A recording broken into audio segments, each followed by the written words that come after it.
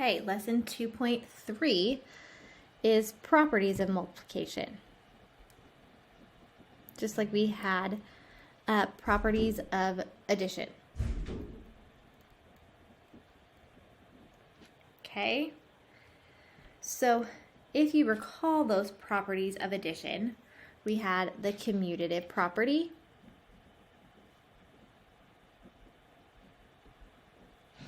we had the associative, we had the identity.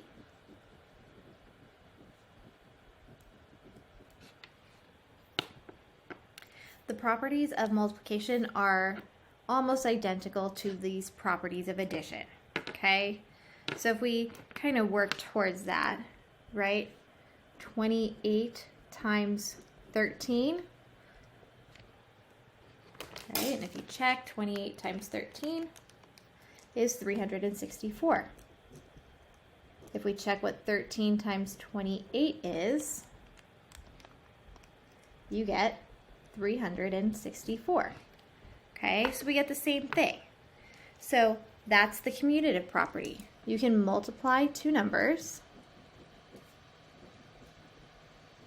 in any order, and the value does not change. So A times B is going to give you the same thing as B times A. Okay, that's the commutative property.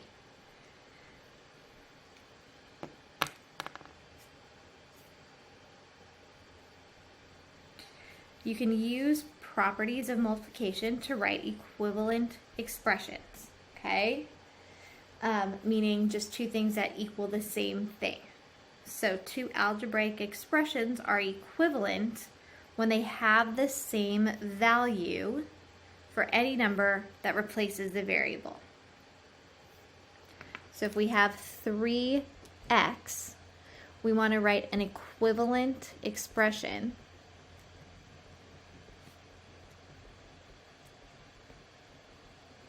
right? So something that's going to give us the same value no matter what you put in for your variable, we would just do x times 3. Okay, they mean the same thing. That's using the commutative property. If we look at 12 times 25 times 3, okay, 12 times 25 first, and then 25 times 3, you get 900. Because this would be 300 times 3. If I look at the same thing, but I'm going to change my parentheses. So 12 times, in parentheses, 25 times 3. Order of operations, you do your parentheses first. So then we get 75 times 12.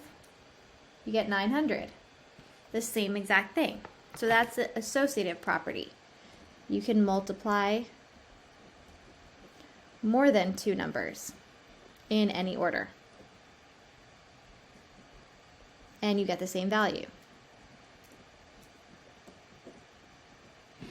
So we could write A times B times C is the same as B times C times A, or A times B times C in parentheses. Just means we can multiply in any order. Okay? So an equivalent expression, right? We could do 2 times 4 times n, right? We want to know what this is equivalent to.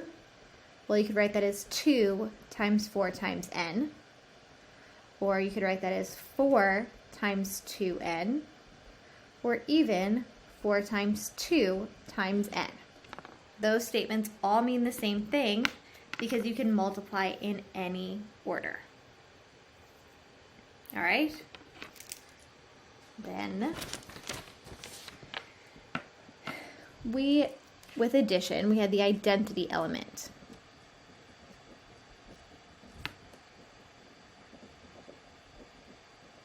And we said that was 0 because when you added 0, it didn't change anything. So identity implies the same. So the identity of multiplication